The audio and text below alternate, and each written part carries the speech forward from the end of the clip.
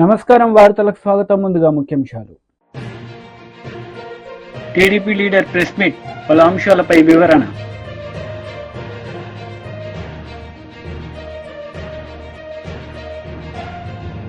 BJP leader press meet, పలు అంశాలపై వివరణ.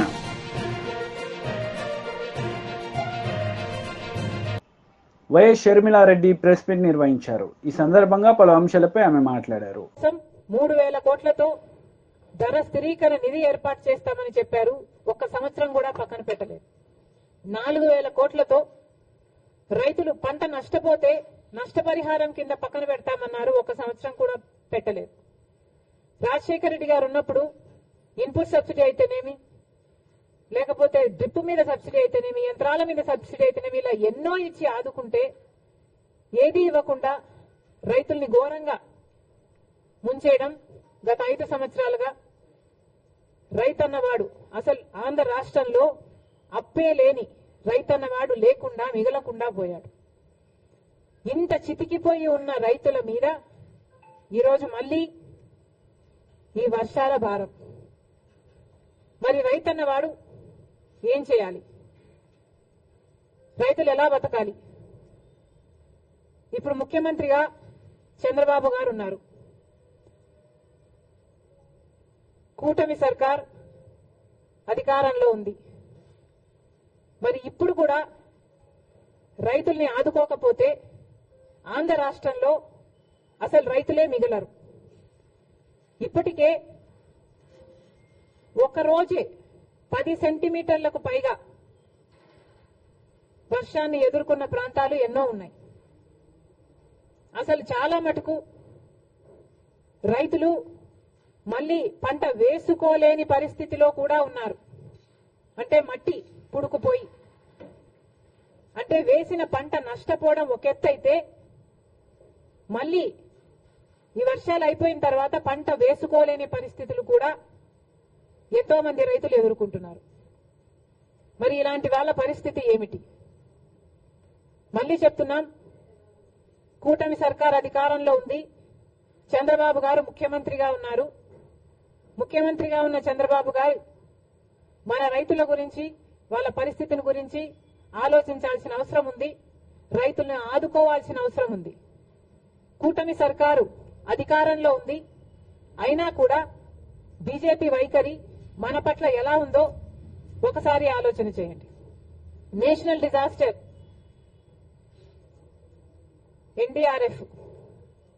ఎన్డీఆర్ఎఫ్ బలగాలు మన రాష్ట్రాలకి ఎంతమంది వచ్చారు? ఎంతమందిని ఆదుకున్నారు? ఇదే వర్షాలు ఒకవేళ యూపీలోనో గుజరాత్లోనో పడితే అక్కడ ఎంతమంది బలగాలు ఉన్నారు? మన రాష్ట్రం అయితే ఎందుకు ఈ సవతి తల్లి ప్రేమ? ఇంకెన్నాళ్ళు? గత 10 సంవత్సరాలుగా బీజేపీ ప్రభుత్వం కేంద్రంలో అధికారంలో ఉండి కూడా మనకు ఒక్క మేలు కూడా చేయకపోగా ప్రతి విషయంలోనూ మోసం చేసుకుంటూనే వచ్చింది. మరి అలాంటి బీజేపీతో చంద్రబాబు గారు కూటమి కట్టారు. ఆ కూటమి ఇప్పుడు అధికారంలో ఉంది. మరి ఇప్పుడైనా మన రైతుల్ని ఆదుకోకపోతే మన రైతులు నిజంగానే చితికిపోతారు. దయచేసి చంద్రబాబు గారు దీన్ని ఒక మామూలు వర్షంగానో, వర్షాకాలం వర్షంగానో చూడకుండా రాష్ట్ర విపత్తుగా దీన్ని పరిగణలోకి తీసుకొని ప్రతి రైతుకి ఏం కాంపెన్సేషన్ ఇస్తారు, ఎంతమంది రైతులు నష్టపోయారు, ఎన్ని ఎకరాలలో పంట నష్టం జరిగింది, ఎన్ని వేల కోట్ల ఆస్తి నష్టం జరిగింది, ఇవన్నీ వెంటనే లెక్కలు వేసి రైతులను ఆదుకోవాల్సిన అవసరం చంద్రబాబు గారికి ఉంది. మాజీ మంత్రి శ్రీనివాస్ గౌడ్ ప్రెస్ మీట్ నిర్వహించారు. ఈ సందర్భంగా పలు అంశాలపై ఆయన మాట్లాడారు. వారి కుటుంబ సభ్యులను కూడా పిలిపించి సత్కారం చేస్తున్నప్పుడు ఒక దాశరథి గారే కాదు, తెలంగాణలో ఎంతోమంది వైతాళికులను సన్మానం చేసి సత్కారం చేసి అవార్డులు ఇవ్వడం అనేది నిజంగా కేసీఆర్ గారే ముఖ్యమంత్రి కాకపోతే మాకు ఇవి జరిగేటివా? తెలంగాణ రాకపోతే మాకు ఈ సత్కారాలు ఉండేటివా? మరుగున పడి మమ్మల్ని ఇంత పెద్ద కవిత్వం ఉన్న ఎంతోమంది కవులను కూడా ఎక్కడ కూడా వెలుగులోకి తీసుకురాకుండా తెలంగాణలో కవులే లేరన్నట్లు భావన జరిగేది.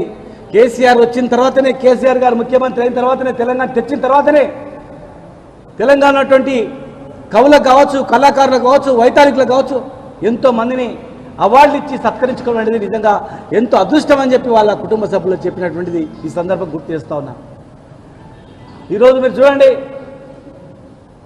కాళోజీ గారి నుంచి మొదలుకుంటే, సురం ప్రతాప్ రెడ్డి గారి నుంచి మొదలుకుంటే, దాశరథి గారు, ఎంతోమంది అసలు కవులే లేరన్నప్పుడు 100కు పైగా కవులు ఉన్నారని చరిత్ర ముందర పెట్టినటువంటి గోల్కొండ పత్రిక ద్వారా మా జిల్లా వాసినటువంటి సురవన్ ప్రతాప్ రెడ్డి గారు. ఆ తర్వాత క్రమంలో అసలు తెలంగాణ భాషనే కాదు, ఇది యాస అని ఎన్నో రకాలుగా, ఇది కవిత్వమే కాదు అని ఎన్నో అవమానాలు ఎదుర్కొన్నారు. కానీ తెలంగాణ వచ్చిన తర్వాతనే మేము తెలంగాణ ఉద్యమంలో కూడా తెలంగాణ, నా తెలంగాణ కోటి రతనాల వీల, ఇంకొక కవి ప్రాంతేతరుడు ద్రోహం చేస్తే పొరిమేర దాకా తరిమి కొట్టండి, ఈ ప్రాంతం వారు ద్రోహం చేస్తే ఇక్కడే పాతి పెట్టండి అని ఇలాంటి మహనీయుల కవుల యొక్క వాళ్ళ యొక్క ఆలోచనలతో, వాళ్ళ యొక్క కవిత్వంతోనే తెలంగాణ ఉద్యమం ముఖ్యమంత్రి మాజీ ముఖ్యమంత్రి కేసీఆర్ గారు కూడా ఇలాంటి పుస్తకాలు చదివి వీళ్ళ యొక్క పుస్తకాల ద్వారానే తెలంగాణ వస్తే తప్ప ఈ ప్రాంతం బాగుపడదని తెలంగాణ తెచ్చిన సందర్భం. వచ్చిన తెలంగాణలో కూడా అందరిని సత్కరించుకొని ఈరోజు 100 సంవత్సరాలు అడుగు పెడుతున్నందుకు వారికి ఘనమైనటువంటి నివాళులు అర్పిస్తూ 100 సంవత్సరం ఇంకా ఘనంగా నిర్వహిస్తామని చెప్పి ఈ సందర్భంగా తెలియజేస్తున్నాం. జోహార్ దశరథ్ గారికి. వైసీపీ లీడర్ మీడియా సమావేశం నిర్వహించారు. ఈ సందర్భంగా పలు అంశాలపై ఆయన మాట్లాడారు. వారి నోటి ద్వారా కూడా మాట్లాడించడానికి మాత్రమే ఈ ప్రభుత్వం ప్రయత్నం చేసింది తప్ప ఇంకొకటి కానే కాదు. వారు ఇచ్చినటువంటి హామీల విషయంలో ఏ విధంగా ఆ హామీల్ని నెరవేర్చబోతున్నారు, ఏ విధంగా ఆ హామీల్ని ప్రజలకి ఎప్పటి నుండి ఇవ్వబోతున్నారు, వాటికి సంబంధించి ఎక్కడా కూడా ఊసేలేదు. కేవలం ఊకదంపుడు ఉపన్యాసాలు తప్ప ఇంకొకటి వారి ప్రసంగంలో కనపడకపోవడం అనేది నిజంగా ఆశ్చర్యాన్ని కలిగించింది. ఇంకొక విషయం మీద కూడా వారు దాటవేసేటటువంటి ప్రయత్నం చేశారు. సూపర్ 6 పేరుతోటి హామీలు ఇచ్చినటువంటి ప్రభుత్వం ఆ సూపర్ 6ని ఎప్పటి నుంచి అమలు పరుస్తుందో చెప్పకపోగా వాటికి సంబంధించినటువంటి విధి విధానాల గురించి కూడా ఎక్కడ ప్రస్తావించకపోవటం ఆశ్చర్యంగా అనిపిస్తుంది. గవర్నర్ గారి ప్రసంగంలో 39వ పాయింట్ని కానీ ఒకసారి గమనిస్తే ఈ హామీలను మొత్తాన్ని కూడా అమలు పరచడానికి ఆర్థిక పరిస్థితి బాగలేదు అనే విధంగా అర్థం వచ్చే విధంగా వారు మాట్లాడడాన్ని కానీ గమనించినట్లయితే ఇక ఈ ప్రభుత్వం ఈ పథకాలని ఖచ్చితంగా ఇవ్వదు ప్రజలకి, ఈ పథకాల మీద దృష్టి లేదు, ఈ పథకాలు ఇవ్వకుండా దాటవేసేటటువంటి ప్రయత్నం చేస్తున్నట్టుగా కూడా మనకు చాలా స్పష్టంగా కనపడుతుంది. ఈ రాష్ట్రంలో జరుగుతున్నటువంటి హత్యాకాండ మీద కూడా ఒక్క మాట మాట్లాడకపోవడం కూడా ఒకంత ఆశ్చర్యాన్ని కూడా కలిగించింది. వనరుల గురించి కానీ లేకపోతే ఇంకొక విషయం మీద కూడా ఎక్కడా కూడా వారు మాట్లాడకపోవడం కూడా చాలా దుర్మార్గంగా ఈ యొక్క ప్రసంగం మొత్తం సాగింది అనేది వాస్తవం.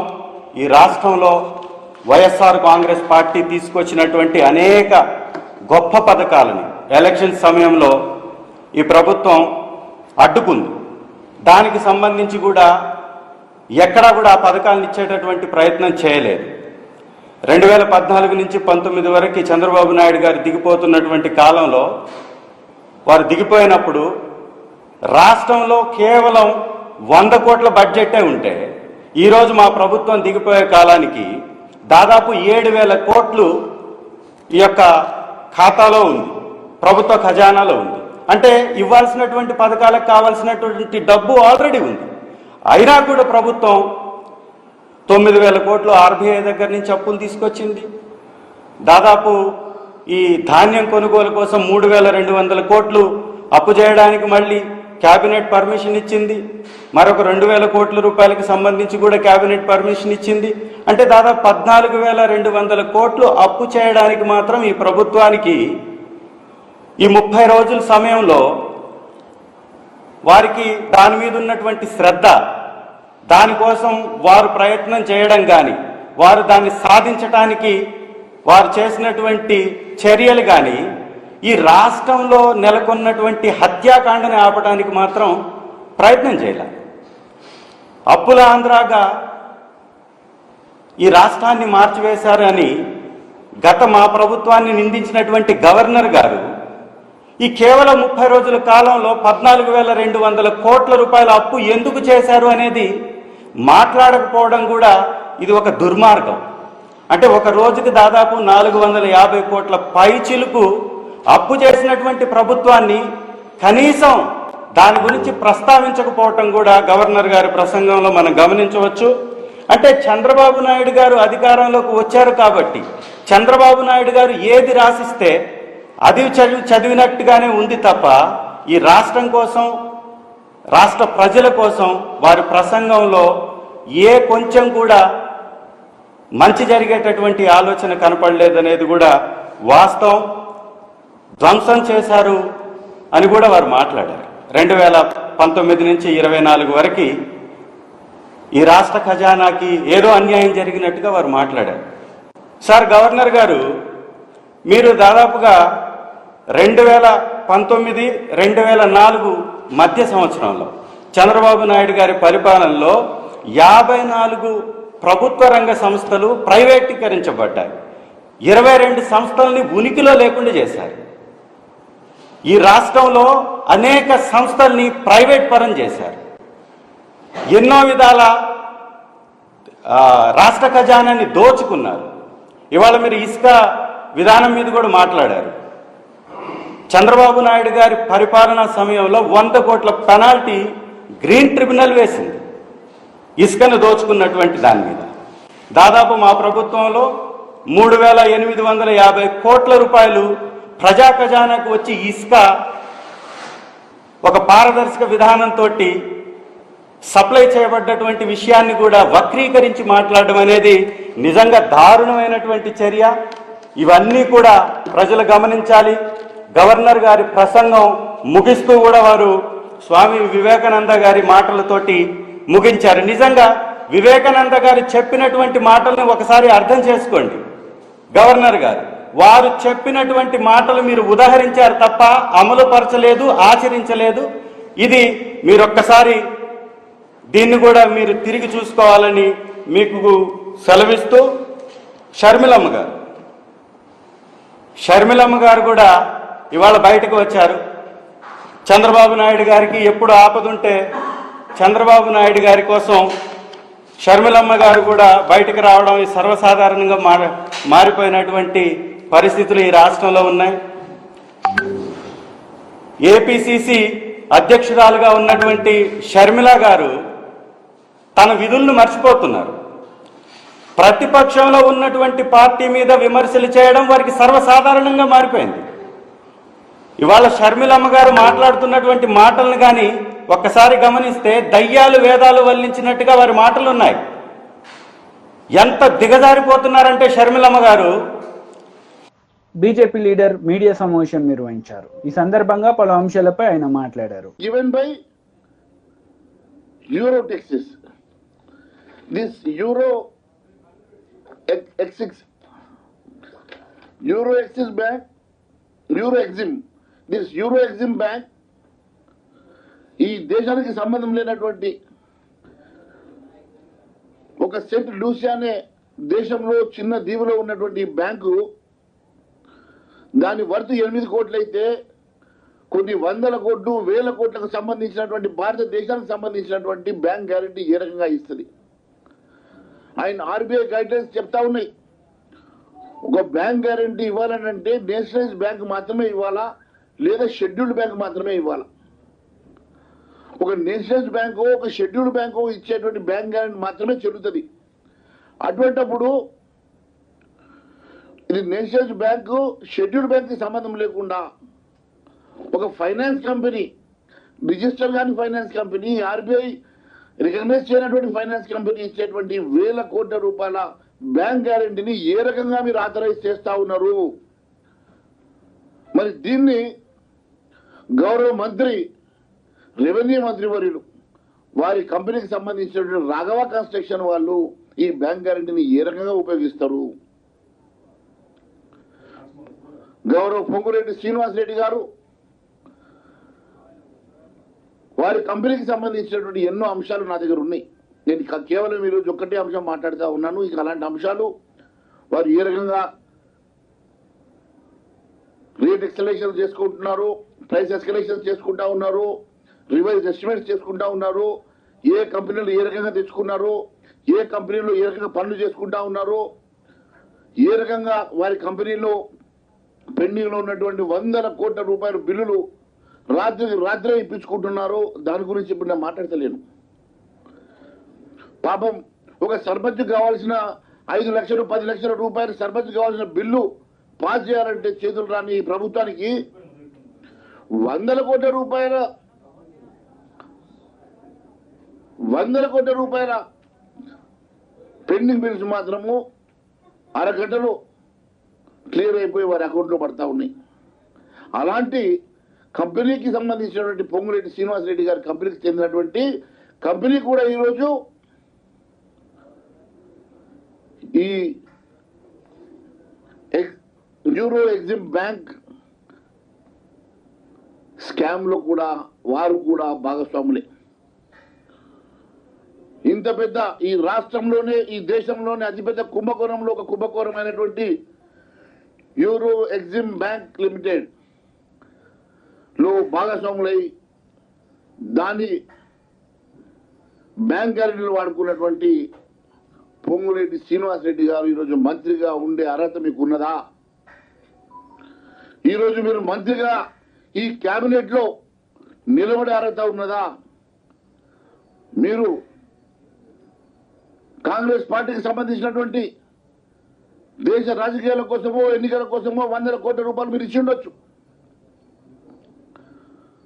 లేక ఎన్నికలకు సంబంధించినటువంటి ఫండ్ను మీరు పోలరైజ్ చేసి ఉండవచ్చు, పూల్ చేసి ఉండవచ్చు.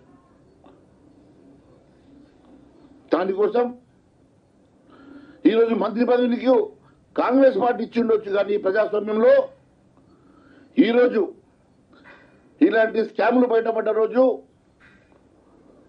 నీవు దాంట్లో ముద్ద అయినప్పుడు దాంట్లో నువ్వు నిలబడి ఈరోజు మంత్రిగా కొనసాగే నైతిక అర్హత నీకున్నదా? మంత్రిగా కొనసాగేటువంటి అర్హత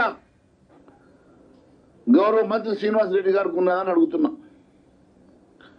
మీ కంపెనీ నేను ఇక్కడే మాట్లాడుతూ ఉన్నాను, ఇంకా చాలా ఉన్నాయి, డెఫినెట్గా అవన్నీ మాట్లాడతాను.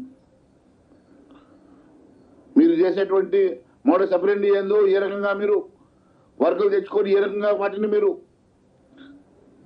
డిపిఆర్ తయారు చేసుకొని ఎగ్జలరేట్ చేసుకుంటా ఉన్నారో, ఏ రకంగా 100 కోట్ల రూపాయలు ఈరోజు మిగిలిన చిన్న చితక సర్పంచుల బిల్లులు ఆపి 100 కోట్ల రూపాయలు మీరు ఏ రకంగా రాత్రికి రాత్రి బిల్లులు చేసుకుంటా ఉన్నారో వాటి గురించి తర్వాత మాట్లాడదాం.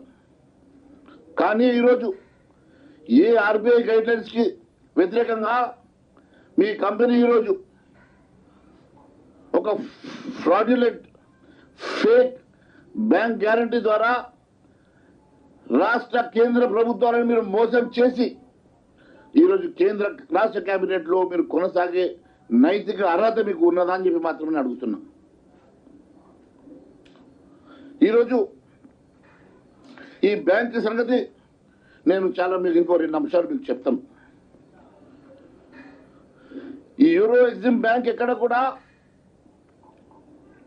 లిస్ట్ ఆఫ్ బ్యాంక్స్, ఈ రాష్ట్రంలో లిస్ట్ ఆఫ్ బ్యాంక్స్ లో ఈ బ్యాంక్ పేరు ఉండదు. ఆర్బీఐ అప్రూవ్డ్ బ్యాంక్స్ లో ఉండదు. ఆర్బీఐ రికగ్నైజ్ చేసిన బ్యాంకులో షెడ్యూల్ బ్యాంక్ లిస్ట్ లో ఉండదు. పబ్లిక్ డొమైన్ లో అవైలబుల్ ఉన్నటువంటి యూరో ఎగ్జిమ్ బ్యాంక్ కి సంబంధించినటువంటి అంశాలు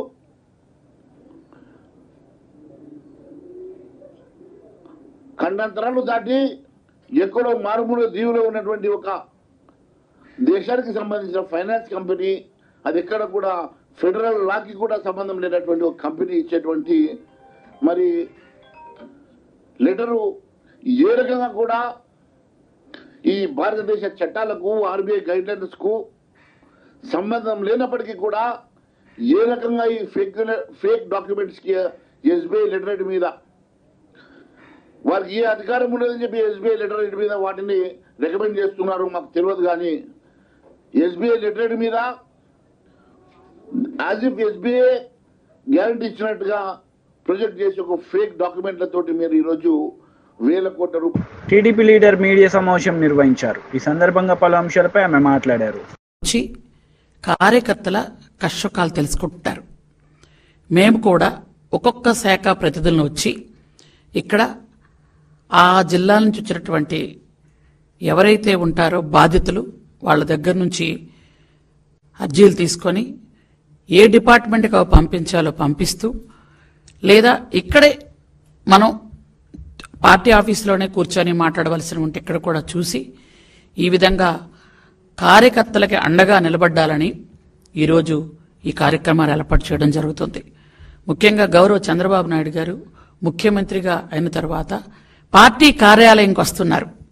వచ్చి ఇంత బిజీ టైంలో కూడా పార్టీ ఆఫీస్కి వచ్చి పార్టీ ఆఫీసులో కార్యకర్తలు పలకరిస్తున్నారు అంటే ఆయన ఉన్నటువంటి ముందు చూపుకి, ఆయనకు ఉన్నటువంటి కార్యదక్షతకి నిజంగా మనం ఎన్ని జన్మలెత్తినా ఆయన రుణం తీర్చుకోవాలి. నిజంగా మనం అందరం కూడా కార్యకర్తలందరం ఈరోజు కార్యకర్తగా మనం అందరం కూడా ఈరోజు ఒక ఎమ్మెల్యే అయినా, ఎంపీ అయినా, మంత్రి అయినా, ఎవరైనా మనందరం కార్యకర్తలమే.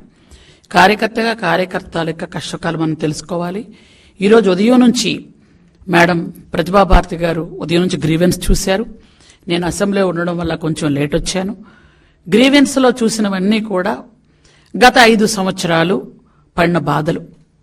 మా రేషన్ కార్డు తీశారు, మా ఉద్యోగం తీసేశారు, నాకు ఉద్యోగం సస్పెండ్ చేశారు, లేదా మాకు ఇల్లు ఇవ్వలేదు, మా పొలం లాక్కున్నారు, ఇలా మమ్మల్ని కొట్టారు, లేదా మా బంధువుల్లో చంపారు. ఇవి తప్ప ఇంకోటి మనం వినలేకపోతున్నాం. అంత దారుణమైనటువంటి సంఘటనలు గత 5 సంవత్సరాలు జరిగాయి. గత 5 సంవత్సరాలు ప్రజాస్వామ్యాన్ని పూర్తిగా కూనీ చేసి అంబేద్కర్ గారి రాజ్యాంగాన్ని తొంగలో తొక్కి రాజారెడ్డి రాజ్యాంగాన్ని అమలు చేసుకుంటూ వెళ్ళినటువంటి నాయకులు ఈరోజు సిగ్గు లేకుండా ప్రజాస్వామ్యం బాగలేదని, ప్రజాస్వామ్యం ఇబ్బంది పడుతుందని మాట్లాడడం, గవర్నర్ దగ్గరికి వెళ్ళి లెటర్లు ఇవ్వడం, రాష్ట్రపతి పరిపాలన పెట్టాలనడం చూసుకుంటే నవ్వు రావట్లే మీకు అందరికీ? నాకైతే ఎంత హాస్యాస్పదంగా ఉందంటే దెయ్యాలొచ్చి వేదాలు చెప్తున్నట్టుంది. గులివెంద గింజ కింద నలుపు. వార్తలు ముగించే ముందు ముఖ్యాంశాలు మరోసారి. టీడీపీ లీడర్ ప్రెస్ మీట్, పలు అంశాలపై వివరణ.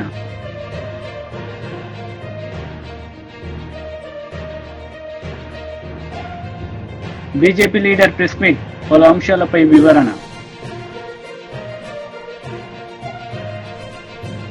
ఈ వార్తలు ఇంతటితో సమాప్తం. తిరిగి ప్రసారమయ్యే వార్తల్లో మళ్ళీ కలుద్దాం. అంతవరకు సెలవు. నమస్తే.